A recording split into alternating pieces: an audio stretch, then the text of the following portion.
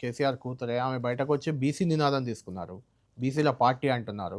ఎలా ఉండబోతుందంటే BC equation? బీసీలు రాజకీయ నినాదం కోసం వాడుకునేటువంటి విధంగా మాట్లాడితే దాన్ని ఎవరు కూడా క్షమించారు. ఆ తల్లి 10 సంవత్సరాలు అధికారంలో ఉంది.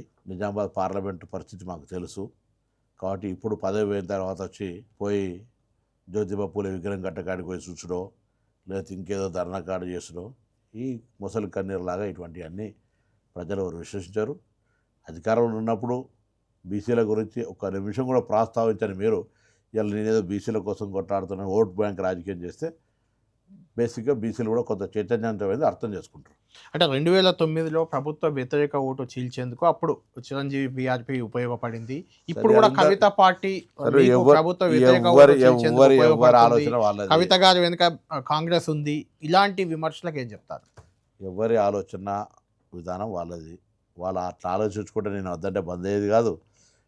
Political discussion political. నా పార్టీకి నా వ్యతిరేక ఓటు ఇంకోటో చీల్చడానికి రావాలి. ఇవన్నీ 36 నెలల తర్వాత కదా.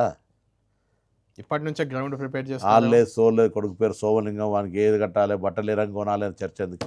రైట్, ఫైనల్ క్వశ్చన్, ఇది మీ రిలేటెడ్ క్వశ్చన్ కూడా.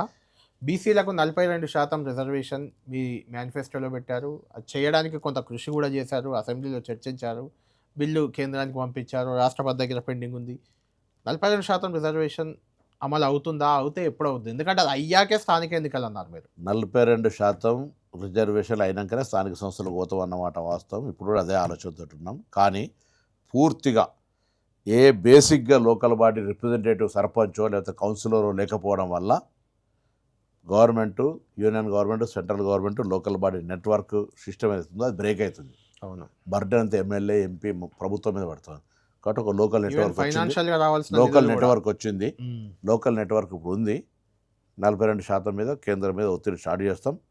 పంచాయతీరాజ్ ఎన్నికలు 42% దగ్గర పోవడానికి we are planning. MPTC ZPTC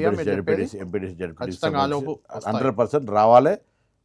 Bharatiya Janata పార్టీని బాగా చెప్తా టార్గెట్ చేసి అడుగుతాం. మొన్న గౌరవ పార్లమెంట్ సభ్యులు అడిగిన ప్రశ్నకు కూడా మా దగ్గర కేంద్రానికి బిల్లులు వచ్చినాయని చెప్పారు. చేయాలి కదా, ఏదో ఒక లెక్క. లేదంటే ఒక 2-3 ఏళ్ళు ఒప్పుకోబడితే మా పార్లమెంట్లో మా ప్రభుత్వం అధికారంలోకి వస్తే it's matter of 24 hours. Right.